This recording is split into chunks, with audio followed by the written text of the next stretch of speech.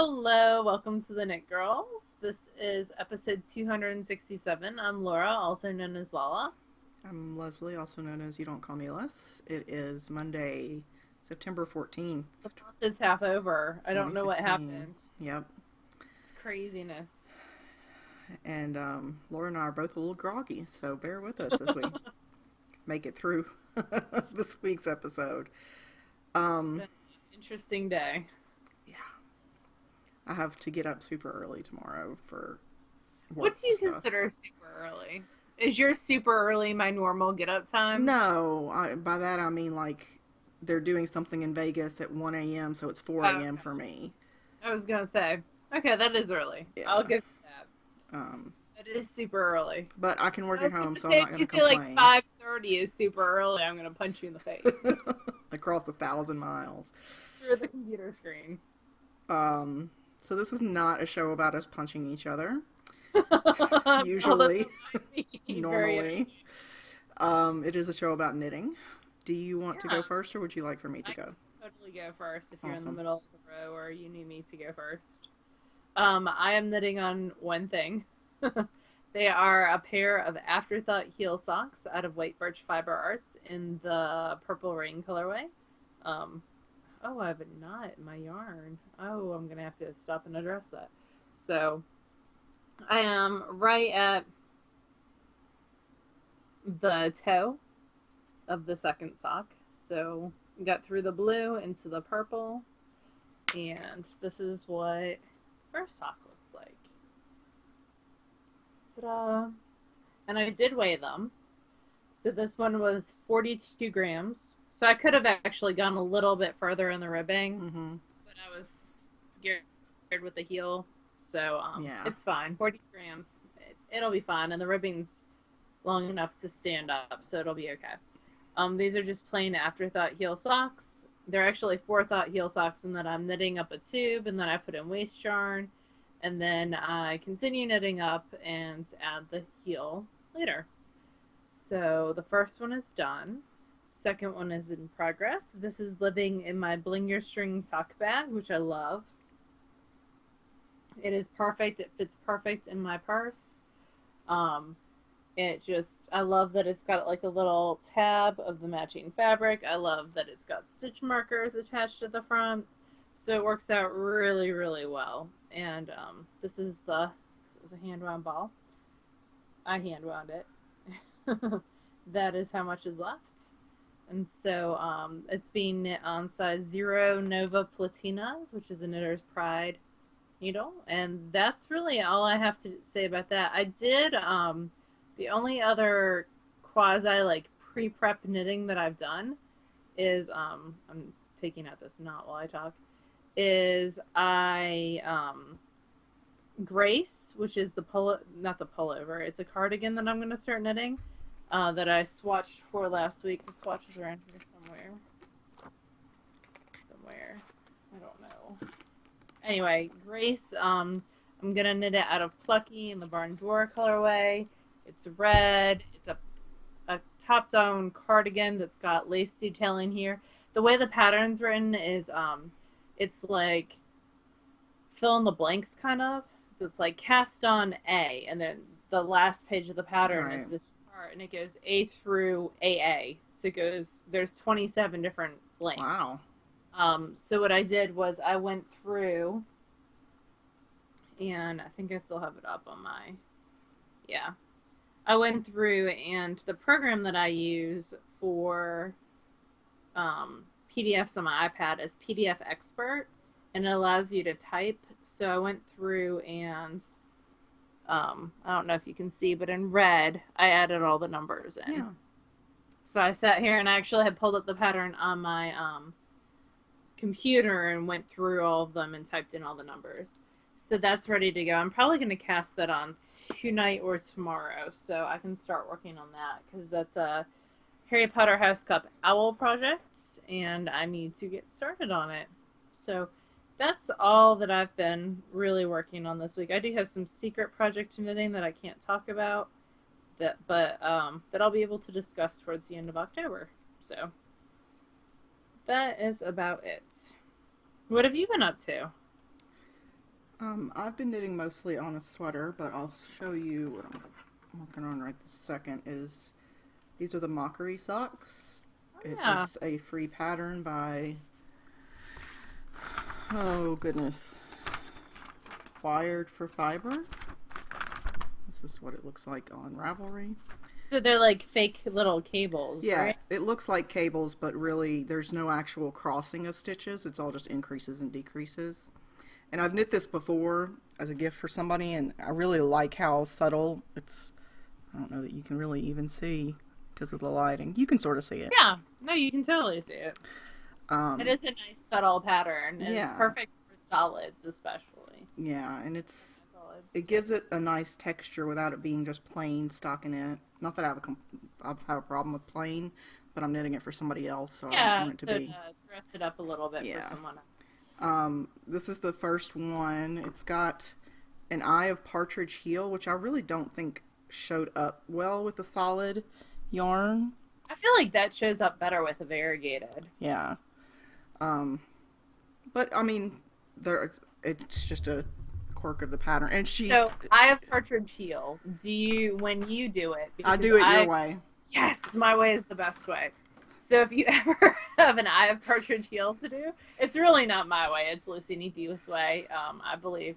So instead of a lot of traditional eye of partridge heels are, it's basically staggered slip stitches. Mm-hmm. So they have you on the front row, the right side row, slip one, knit one, slip one, knit one, slip one, knit one. All right. The way I do it is I do the slip stitches on the purl side because it goes so much faster for me, and I'm already like, because you're slipping as if to purl, I'm already in the hey, I'm Mm-hmm. doing the slip to as if to purl kind of mindset, and the yarn's in the front. It just works so much better for me. I mean, when you slip it on the right side, you're slipping it with the yarn on the back. The yarn's already in the back, but it goes because purling takes longer for me. Mm-hmm. It goes so much Well, I faster. think purling takes longer for most. And when I'm knitting, whenever possible, and that for me equals anytime there isn't patterning on the wrong side, and sometimes even when there is, I don't actually turn the yarn to Leslie's purl a backwards knitter. because, not because I want to be super fancy, but because my gauge between knit and purl is significantly different. It's like I'm changing 2 or 3 needle sizes. But if I knit backwards or purl backwards or whatever it's called, um, It's knitting backwards. You th- see it a lot in entrelock. well, but it's not actually a knit stitch. I'm purling. I'm just purling from the wrong side. I'm not actually creating a knit stitch. I'm actually creating a purl stitch. On the wrong side, but I think it's referred to as knitting backwards. Yeah, I could be wrong. I don't know. Maybe somebody else does, but But people who do entrelock a lot use it. yeah, that's where I learned it. That's the first place I learned it was because I created that giant Lady Eleanor stole, Which is and amazing. it made everything go a lot faster, but it also dramatically evened out my stockinette stitches. So I've been knitting on that a little bit today. But aside So from by that, even it out, you mean that you would get gutters, basically. right. A lot So more when I would gutters. do a flat swatch or anything flat, because if I was knitting in the round, then I was always knitting, so it didn't make a difference. But if I was knitting flat, my knit stitches would end up being larger than my purl stitches. So if I were to measure, I might get, 5 stitches to the inch or rows to the inch, but it would be one big one little one big one little one big one. It was a very clear difference. And you would see it, especially on the reverse side, because of the gutters between the 2 purl rows. And that's one of the reasons why when you do a pattern and you're gauge swatching for a pattern, they want you to knit as if you were actually creating that Right. garment. So if it's knit flat, knitting flat. If it's knit in the round, Right. knitting round. Um, so aside from that, I've mostly been knitting on a sweater, and it is called Rolling Rock. It is by Thea Coleman, Baby Cocktails, and it's living in my Joanna Spring bag. It's getting too big for it almost. Uh-oh, you'll have to upgrade your cock bag. To an Amy Beth one maybe. I'm knitting this on size 5, so it's not like bulletproof dense because it's a DK weight, but it'll give it a nice, like, it it'll be dense enough that it's not going to pill easily. Hopefully, I've not knit this before into a sweater. This is Hazelknit's Oh, DK. you've done a ton of work. I so this is the front. It's a Henley, so the V goes down to just below the largest, widest part of your bust. Uh-huh. And it's You'll designed pick up later. right. I'll pick up ribbing Yeah. later to have the flaps cross over, and there will be buttons as well. Cute. The back with this lace texture, and all lace looks like crap until you've blocked it, but it's a bottle stitch. It's not difficult, but it's just enough to keep it interesting. Just enough for me to mess it up a couple times as I'm reading, but so it's about, I have a high waist, so it's almost at my waist, but then I've still got a long way to go because it's a long sweater. What Um, kind of sleeves are you gonna put on it? Are you doing full long sleeves or what's the plan, Stan? I don't know. I haven't thought that far forward. I probably will do just below the elbow. Okay. Just because I so rarely get hot enough to need full sleeves. Usually I pull it up above my wrist anyway so that I can get airflow.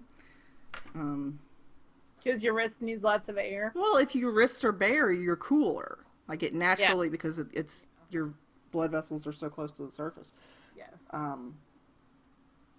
But I've been alternating every row. As I come to the end of the row, I just switch the yarn. Okay. I don't know what else to say about it. It's very easy. What size needles are you knitting it on? US 5s, which are 3.75 millimeters. It's pretty. I need to It's figure out what I want to do with that yarn.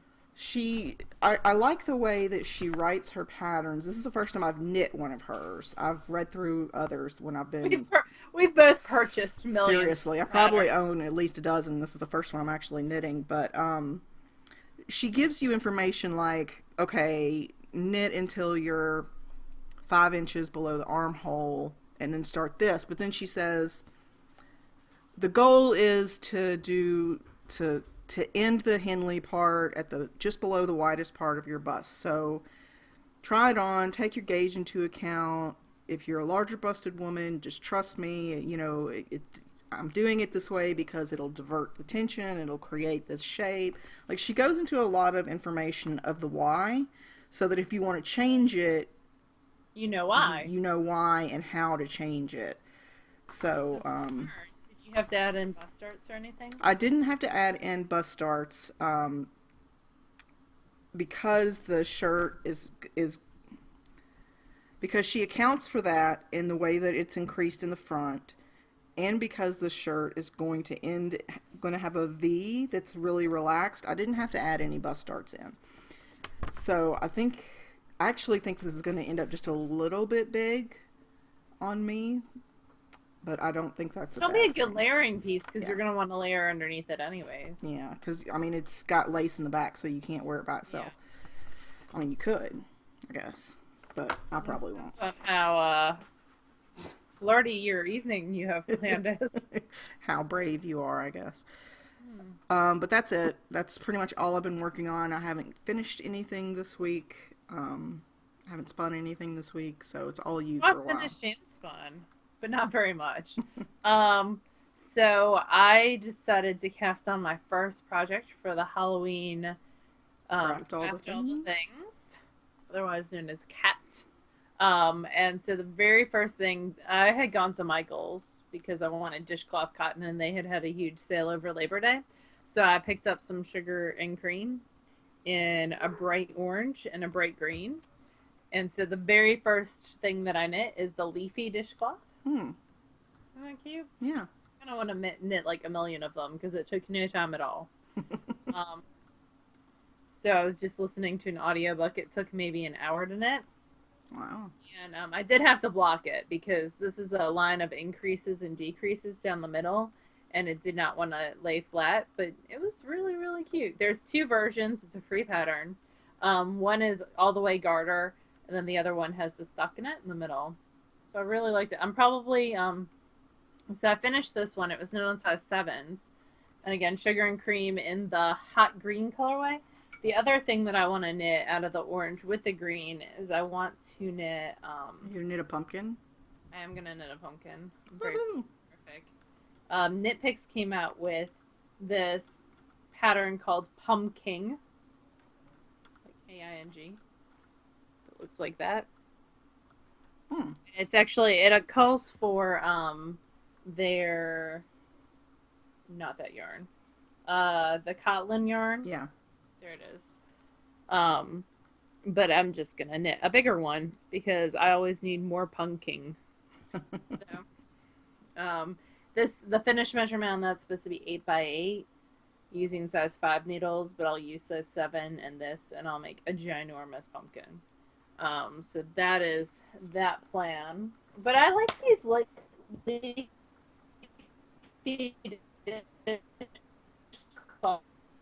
I think they'd be fun for a baby shower to do like 4 or 5 of them, and then throw them in with like some baby like bath products. So I thought that was cute. So that is my only finished object. My finished spinning, I showed this in progress last week, and like it's funny because the blue kind of disappeared in it. This is Hello Yarn Cordale in the So Sick of Musts colorway. Oh yeah. It was spun on my mini spinner. All of it. So it was spun and plied on the mini. Usually I just use the mini for plying, but I had started this on the mini because I thought it was something else.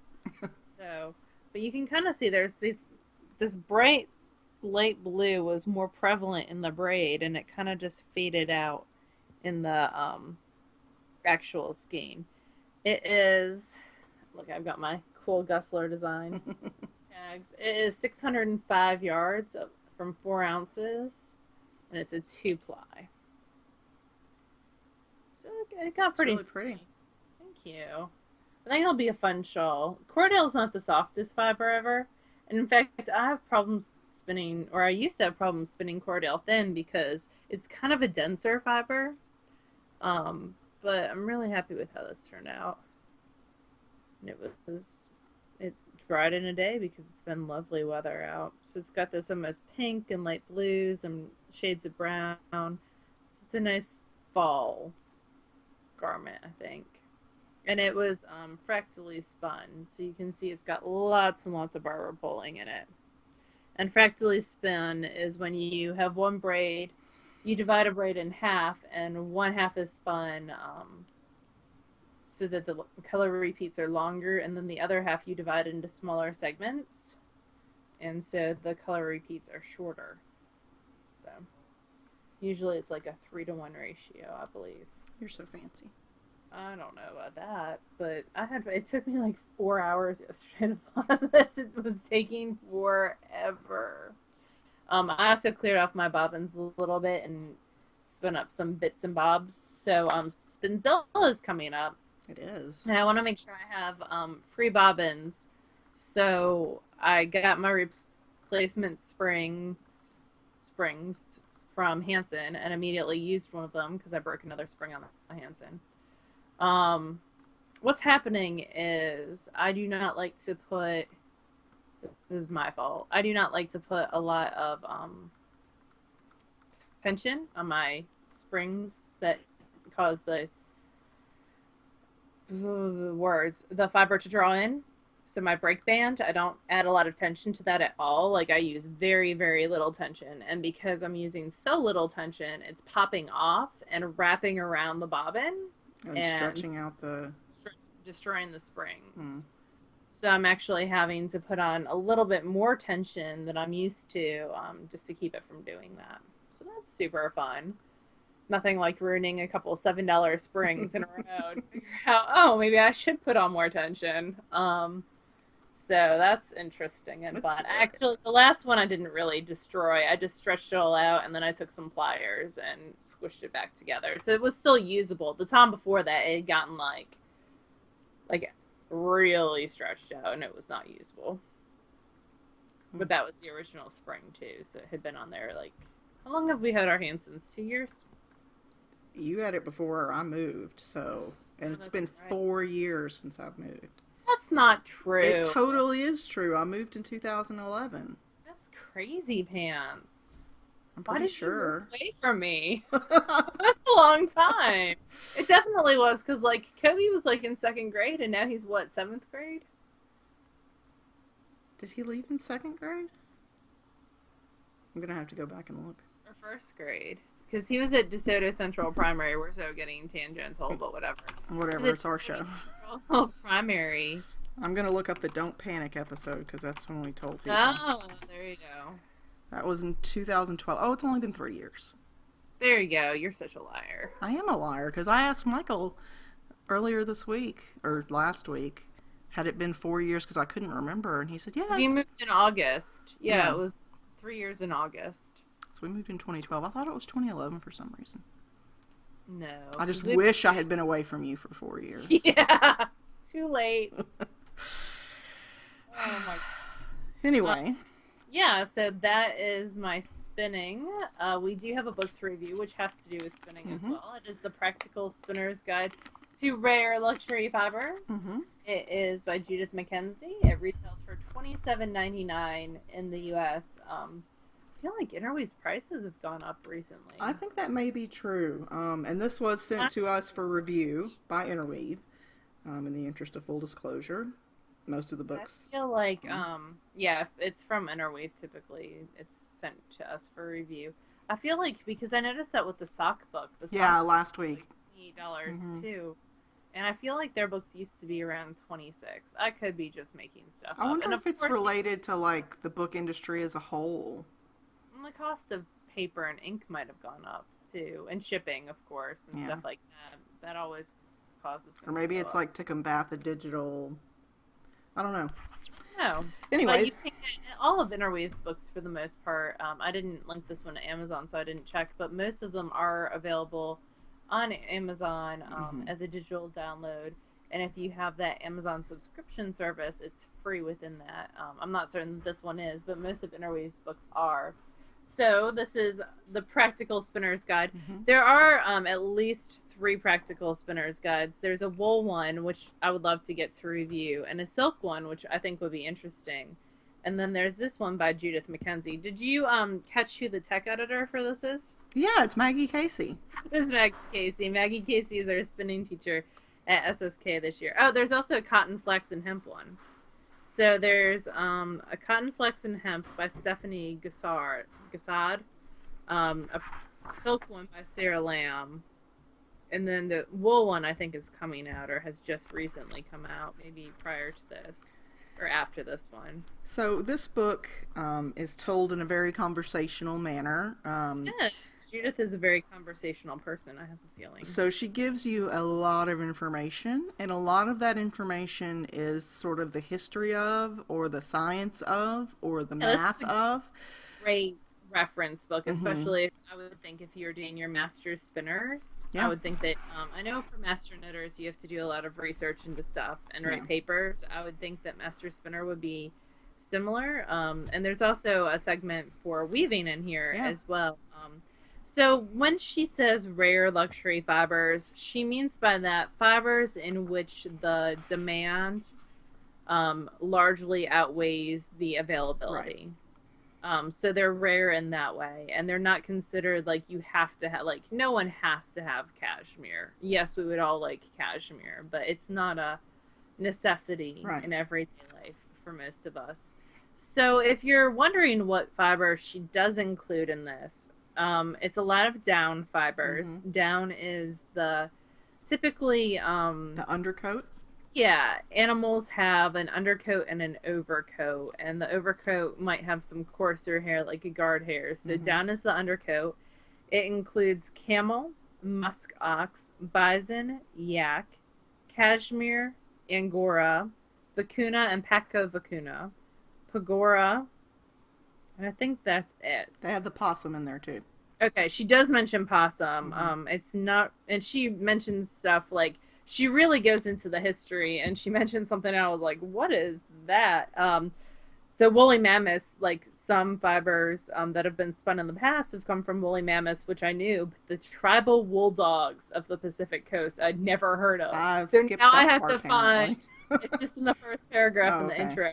I have to figure out where tribal wool dogs. I need a picture. Like I need a sketch of some remains of some tribal wool dogs. But she talks about even like spinning the fibers from oysters, sea mussels, and talks about how they were spun into thread and woven into Henry VIII's famous golden shirt, which I've never heard of. Me neither, So but I'm not a historian, so. it's very interesting. So very much into the history of textiles. One thing that I do like about this book is like she talks about Swansdown, but the format of it, I like how it's got these little boxes. Little bite-sized bits of. Yeah, that tell you some little additional information. Hmm. And a lot of times they're almost antidotal. Yeah. Antidotal. Yeah. Anecdotal. There we go. Um, There's some really great pictures in here too of some animals I've never even heard of this chiru, yeah. but apparently it is like the epitome of softness. Where's it from? Oh my gosh, I have no idea. And it would take me a while to read through here to answer that for you. It looks like it would be an animal found in Africa. I don't know. I cannot answer that question for you. Um, and then this is the brush-tail possum, which its fibers have a hollow core, so it's one of the rarer types. They're found in Australia. Apparently, they're huge pests. In New Zealand, because there's no predators in New Zealand, Right. but they're actually endangered in Australia. Oh, okay. So, Okay. yep. Again, there's a lot of information in here. So there's all these different fibers, and she basically this book is down fibers. Mm-hmm. While silk and alpaca and stuff like that could be considered luxury rare fibers, she does not include them because they're not down fibers. So this is a very specific spinning book. Right. If you are interested in knowing more about like the science, she goes very much into Right. She has diagrams that science. Yes. explain how the hair or the wool, depending, is made, the structure of the undercoat versus the overcoat. There are some types of animals that have as many as 5 coats, 5 distinct different coats of I think fiber. Navajo churro is one of those things. I know that it's either the muskox or the bison is one of those as well. I think it's the muskox. Lots of really helpful imagery, like heavy. Yeah, it's a very text heavy book though. But I feel like a lot of it's hard to describe the differences between like a hollow fiber or a down fiber, and she gives some really great illustrations on how you can sort of visualize it and better explain it to others. As she also talks about crimp, she talks about a crimp meter and gives you this cool illustration of how it was measured ages and ages ago before microscopes were commonly available, I guess. We're not going to touch on everything because this would be a very, very long podcast, but she takes each type, whether it be camel, bison, vicuna, and has like a little box that says fiber at a glance, but also really goes into the history of the breed, why, like how the breed was created, if it was a created breed like Pagora. Then she goes into what to look for if you're trying to find these fibers, both in the wild and like raw, or for sale. Scruff is something that she goes into, and you really don't see a whole lot of scruff. Scruff is basically like dandruff. Scrum, isn't it? Scruff. But it's caused by like a little parasite. I'm sorry. It's like the small skin flakes that come off because of microscopic mites, Oh, and you yes. can't get rid of it. I had a fleece like that. Well, it wasn't a fleece, it was like 4 ounces of something. It had those little dandruff flakes in it, and I couldn't figure out Yes. what it was. A lot of times you see it on Angoras. And I couldn't get it out of, so I just had to throw it away. I didn't know what it Yeah. was at the time, but. So she goes into how to de-hair stuff, how to wash them, Hmm. how to hand card, just a lot of different information. So basically, I find that this is a very worthwhile book if you're interested in working with any of those downbreed animals. And also, if you want to be really well versed on the Some ins and breed outs specific, of the yes. why of why you would choose a cashmere over a bison or what have you, the crimp structures, and if you want to be Malia when it comes to rare fibers, this is a great book for you. I really do think it's a great reference Oh yeah, it's as a well. wonderful reference book. She Um, talks and about she does wheel tricks, but she also talks about it's not just spinning on the wheel; it's also spinning with drop spindles or supported spindles. So it's not like how to teach you how to spin on no. supported or drop spindles, but it's if you're looking for a method to spin these fibers, this works well.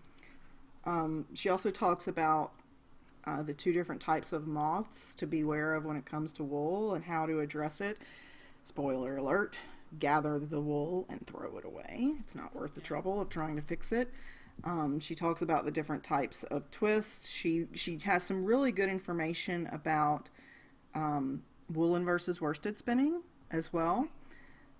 And this little trick that I've never seen before, it may have been referenced somewhere, of for people who have a matchless or that type of wheel to create a drive band and sew the ends together instead of knot them. Yes.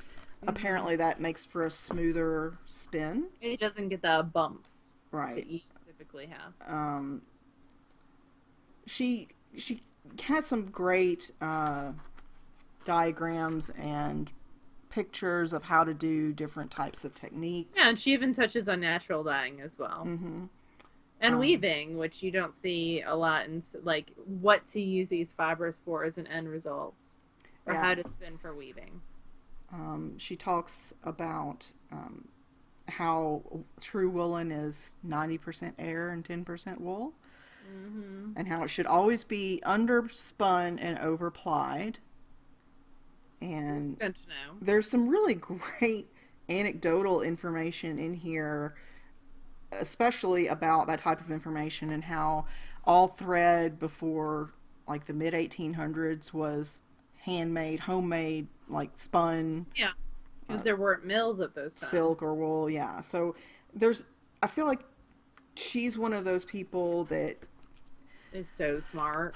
well, she is, but when we took one of our first classes from JC Boggs, she talked about how a lot of craft has been lost because of the way that it used to be taught at your grandmother's knee. You used Yeah, to it would sit be. and learn, and it would you would do it over the course of years. And so, something that she wouldn't think to mention until she came across it, you would learn because over the course of those years, you would come across all these different things. And I feel like you can get a lot of that type of information through reading a book like Yes. this. It is a reference book, but it also is done in a personable way. So I like it. I don't know how often I'll use it, only Yeah, because I don't spin a lot of luxury fibers, but it is but definitely but I worth the think there's a lot cost. of good hints in here that you can use. Yeah, Right. definitely. So thank So you that again. is The Practical Spinner's Guide to Rare and Luxury Fibers by Judith McKenzie. It retails for $27.99 in the US and is published by Interweave or F&W Media. So that is that. Thank you so much for sending that to us, Interweave. It's a very interesting and in-depth analysis of that type of spinning. There we go. Words are escaping me today. Words I'm are having a hard. they hard today. Even like 2 cent words are hard today. We do have a question from Sockmom529, which has to do with spinning because apparently we're doing all the spinning today. But I figured since, it came up in conversation, I just started spinning this past year. I was at Maryland Sheep and Wool this year and looked at the fleeces, but didn't take the plunge. Now, listening to you guys, I regret not getting one. So, I was wondering if either of you had ever bought a fleece online. And how do you decide whether to card or comb a particular fleece? Been watching y'all for years, love the podcast. So, buying stuff online, I just don't know. It's a I have before. I have one farm that I purchased fleeces from online. She came strongly recommended to me, and she sells CVM, and that's Peeper Hollow. I should not tell you this because now I'll never be able to get her fleeces again. She does CVM and Romneys. And you have a real shortage of fleeces. I do, like terribly short. She does 3 updates a year that she sells fleeces at. The one that's coming up is they do a shearing before they sell the sheep for meats. The ones that are being sold to market. So they do one last shearing. So that is a shorter staple length shearing. And she prices accordingly. It's shorter staple length. And that was the very first fleece that I got. My first CVM was from her. She does shear in the spring, and those are more traditional fleeces. And how she does it is she sends out a mass email that's got like 40 fleeces in it and pictures of individual locks and then pictures of the whole fleece. And you pick which one you want and you reply very quickly because she sells out within typically 20 minutes. It's one of those things when getting emails at your phone, pretty awesome. So you reply with which one you want, and she sets it aside for you. She sends you a PayPal invoice. And I've had really good luck with her specifically. I have a gorgeous CVM in my garage from her that I still have to do. So I've had really good luck with her. That being said, it's definitely a trust issue. It's like a big trust amount of trust to buy a fleece online. It's a lot of trust to buy a fleece in a market, That's true too. Unless it is one where it's not so crazy busy that you can actually pull the fleece out and look at it. Yeah. More so online, definitely. I think Laura mentioned that this particular vendor came highly recommended. So a recommendation from a friend is a good thing. I also, there are a couple of people that I see at Rhinebeck or Maryland, year over year. Yeah, and after you buy a fleece from someone and right. you get a really good fleece, like I saved all the information for the Columbia that I bought from at Estes because I could definitely see myself contacting those people in the future and seeing what they have. Yeah, and it's also interesting to note that there are vendors, especially at Rhinebeck. I don't remember so much at Maryland, where not everybody puts their fleece in the fleece show. A lot of people will sell smaller amounts or the whole fleece at their own booth. There's one booth that I plan Sell on. that at Estes. Yeah, yes, especially at Estes, yeah. There is one booth that I will hit this year before I even hit the fleece market because she has such a lovely fleece, and I'm not telling you who because then it'll be gone. But I think word of mouth is important. I also think you should use the resources that you have at your disposal when it comes to online information. So if you have a website with a fleece that you're really interested in, go out and look and see if there's a Ravelry group for it and look at the feedback that you get there, or look and see what their return policies are. About fleeces. Yeah. I would also check their return policy and see, if you get it and it's terrible, what options do you have at that point? But there's some smaller farms like Ross Farm that I'll always get fleeces from because she's got lovely fleeces and she knows her stuff. So she would be one, and we text typically. She'll say, hey, I've got 8 Shetland fleeces. These are pictures. And she brings them to SSK. And we kind of like narrow it down as to what I'm looking for. And then she'll bring a couple to SSK for me to look through. Yeah. So once you have those relationships with people where you're purchasing fleeces year after year.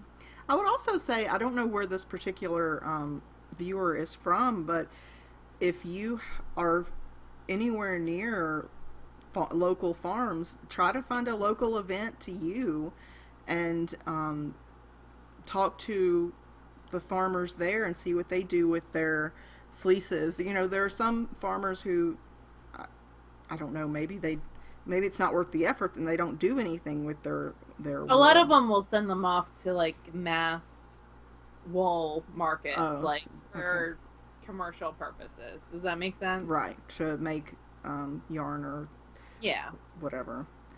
Um, Garments. Yeah.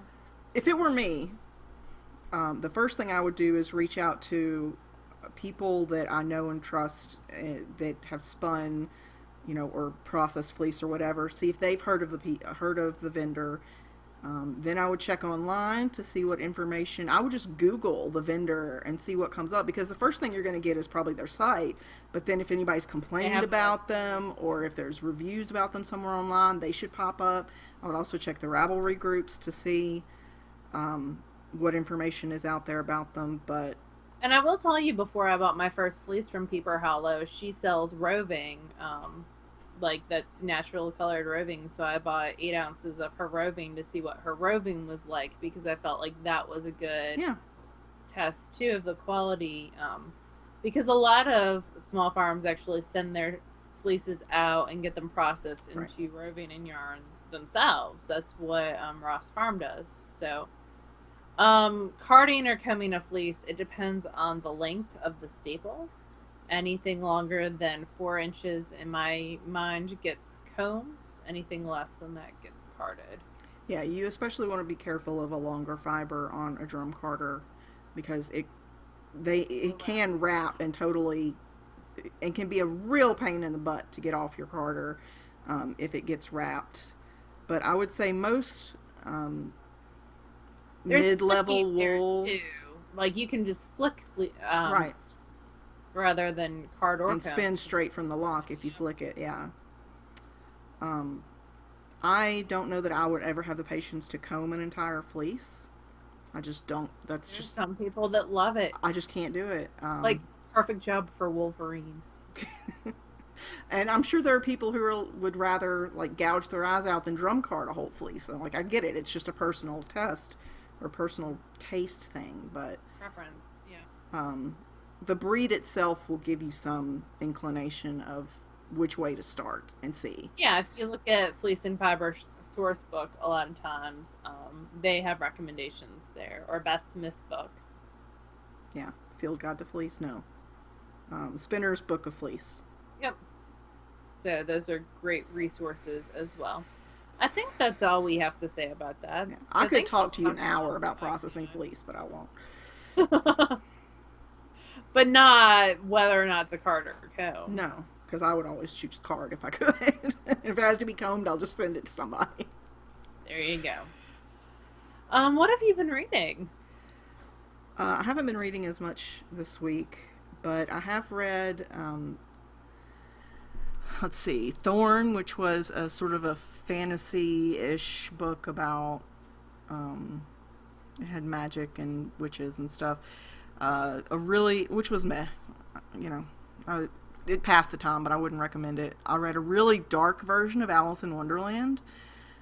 It's just called Alice, and I've linked it in the show notes.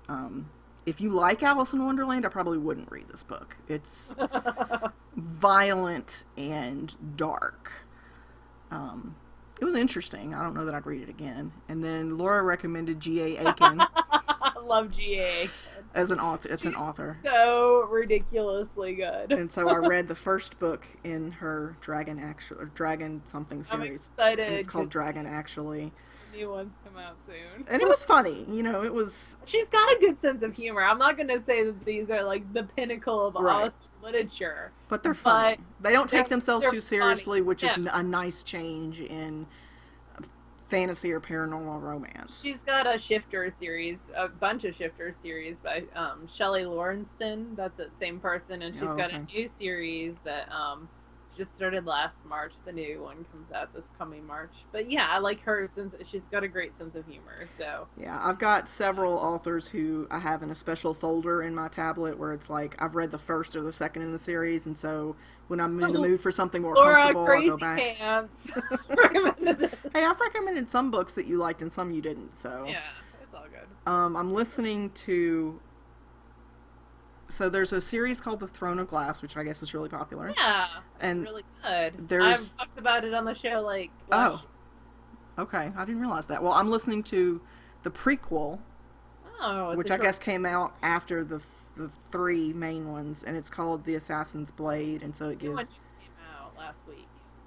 Okay, well, I don't know. Basically Audible was having a sale, and it's still Yeah. going on until the 20th of September. They've got a bunch of books for $5 or less, so I put several in my cart. I think I spent like $15 on books, and I had a credit as well. So, I liked Random Glass. I liked the first one a lot, and then I got the second one. My library had it, and I got like half. My public library had it.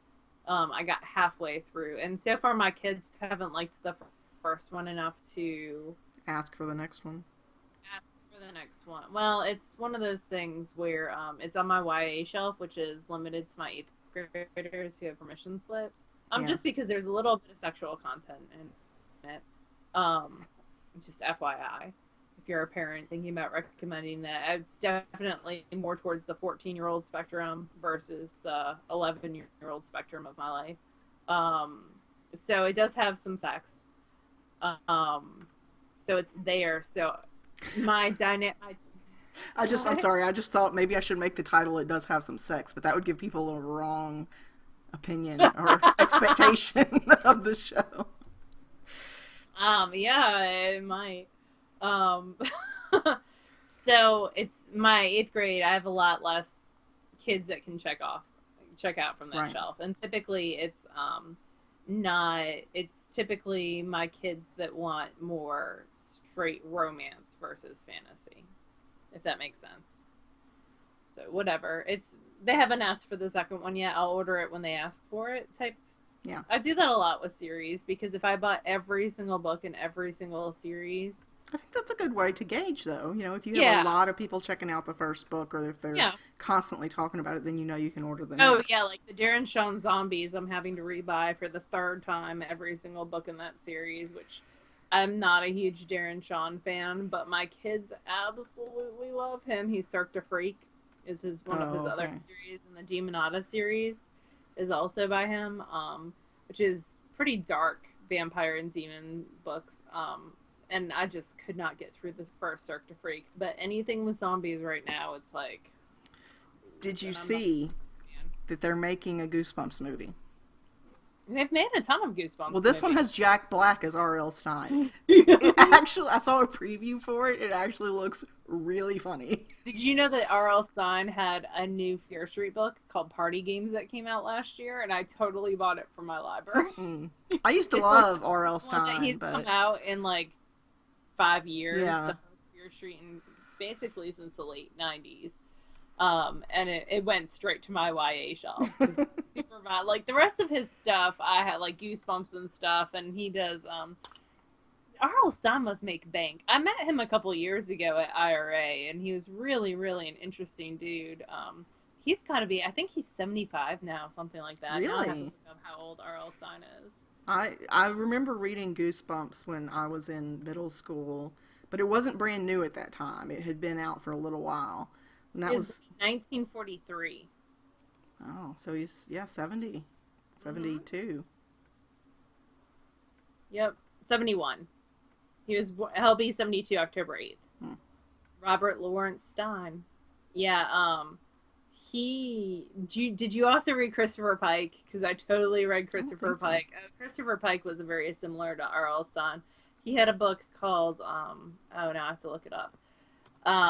It was about a girl who died and kind of like came back, didn't come back, but like her ghost kind of remember me is the title. I didn't even have to, but it's actually a pseudonym of the American author Kevin Christopher McFadden. Huh, that's interesting. But yeah, it was this book where she comes back kind of to life, and he was one that I could totally see getting.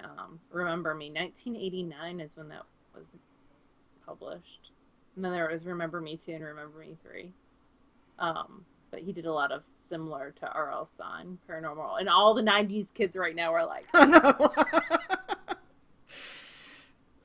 so, because that's how I am. Every time they re-released Remember Me a couple years ago, totally bought it for my library. Like, Also, when they re-released the Sweet Valley High books a couple of years ago, those books had never gotten checked off my shelf, except by teachers in my school who read them when they were in school.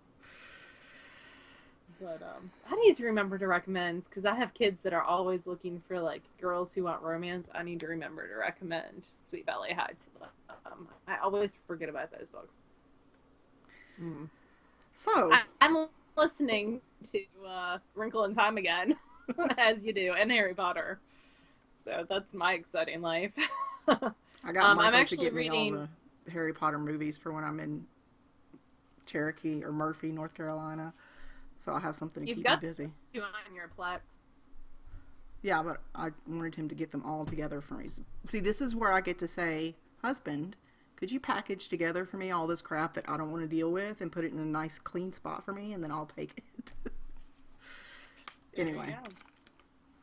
I was going to search something else on the internet and I totally forgot. Okay, ongoing things that we have going on. The Halloween craft, all the things is going on. Mm-hmm. We have a new prize. We do? You want to see the new prize? Is it pretty? Yes. Do I need it? It's so pretty. You do need it. You know what's terrible is that a lot of times when Laura shows something, if I haven't seen it first, before I put the episode up, I go and buy it in the shop. I'm not even gonna lie. Well, you should have already bought this because it's probably already gone. So I might have bought some Halloween bats from Joanna Spring. Judge me. You can't go wrong with Joanna Spring. And she sent one for free for y'all. Aww. So it's called Goblin Goo. That's so sweet. It's greens and blacks and white, and it looks like Sari Silk. So it's got Sari Silk, yes, Blueface Leicester, Cordell, Falkland Merino, Wensleydale, Silken Oil, and Silkenet. It's really pretty. Her bats are always a lot of fun. They're so much fun. So here's the deal. I was thinking about how to do this, how to give away spinning fibers since not everyone spins.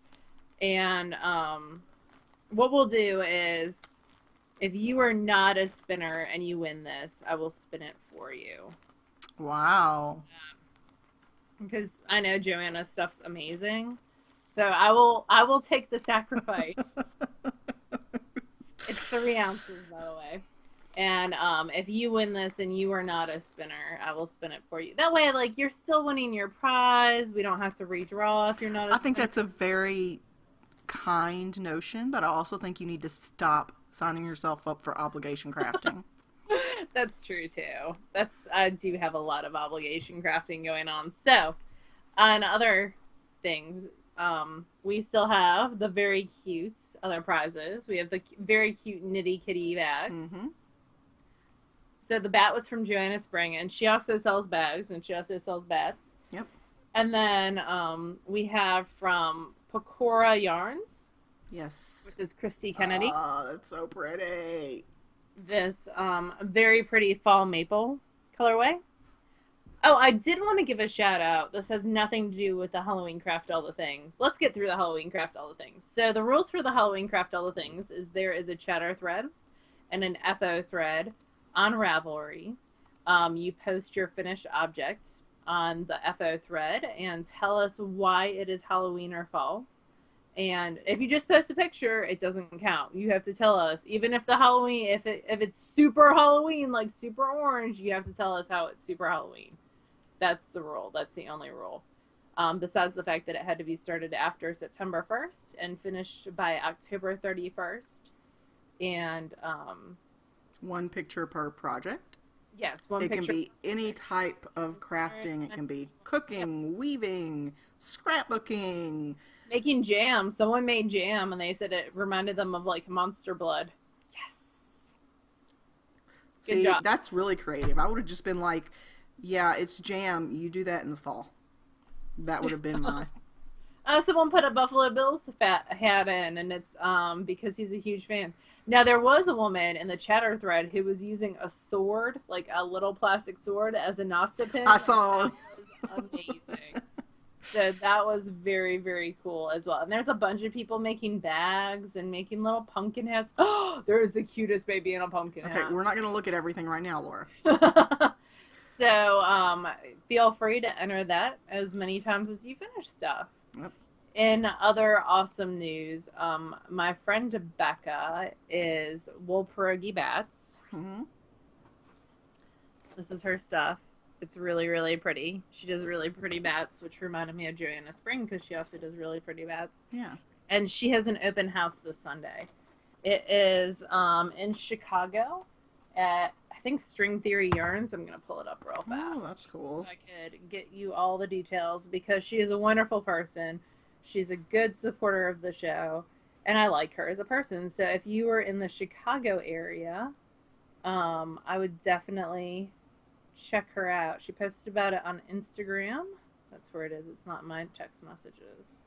Where did I put my Insta? I just moved everything around. Did I put Instagram and social media? No, I did not. Why would I not put that? Oh, I put in photography. Because you post pictures on Instagram? I suppose so. I don't know. I'm It's on your Periscope. logic, not mine. I know. I'm on Periscope now. So if you were on Periscope, I am I am not, because I fail at so many social media outlets already that I didn't want to add another one to. All right, so String Theory Yarn Company, September 20th from 12 until 4 p.m. They do artisan showcases. She is the first artisan showcase for a fiber person. So she will have her hand-dyed bats and roll-logs, and there will be ongoing drop spindling demonstrations. So if you are free next Sunday from 12 until 4, go check out String Theory. It's a wonderful yarn shop. I was there last time I visited Becca. We went and hung out with Babs Butterfly there, and it's just really a nice shop. So if you're in that area, go check it out.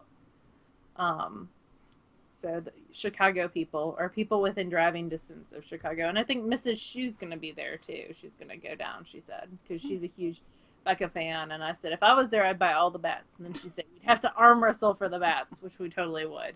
She's much more buff than I am. I have no muscles, so. Anything else that we have to talk about? What's coming up? Like, your schedule's getting funky soon. So when do you leave for North Carolina? So next Thursday, I leave for North Carolina. I fly into Atlanta, which is 2 hours by road away from where I'm going to be, but it's the closest airport. Yeah. So I land in Atlanta. I drive to Murphy Thursday night, the 24th. And then the 25th, I drive through the mountains to Cherokee to get licensed. And then back to Murphy. And then I'm there until October the 4th. So I'm going to see about getting my laptop working so that I can record and put up a show the weekend of the 27th, but no guarantees. And then we'll record after I get back on the 5th, which will be a Monday, which will be during Spinzilla, so we'll probably be spinning. Oh, yeah, as we talk. So we might be going on a little bit of a hiatus, like a 1-week hiatus, vacation break, if Leslie I should know by the time we record next. Okay. So we will definitely have a episode next Sunday. Mm-hmm. Hold me to that, because I've gotten super lazy about recording on Sundays lately. Like, Monday night's fine, but I have a volleyball game next Monday, so that won't work for me. So, next Sunday for sure.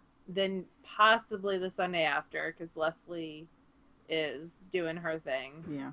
Work, money, Work whatever. stuff. And then definitely the following Monday, which is Spinzilla, so we'll be even more sleep deprived than we are now. Well, it starts on that Monday, right? So. And it starts Sunday at midnight, like that Sunday night at midnight. So for normal people, it starts Monday. I'm going to take a nap Sunday, and then I'm going to start at midnight. Good for you. I'm not, because I'll be flying back on Sunday. So, anyway, I think that's it. I don't really have any other ongoing stuff to talk about. God, I'm so glad y'all can't see my floor, because it is covered in stuff. Yeah, so that's it. So you guys have a wonderful week, and we'll talk to you again next weekend. Yeah. Bye, y'all.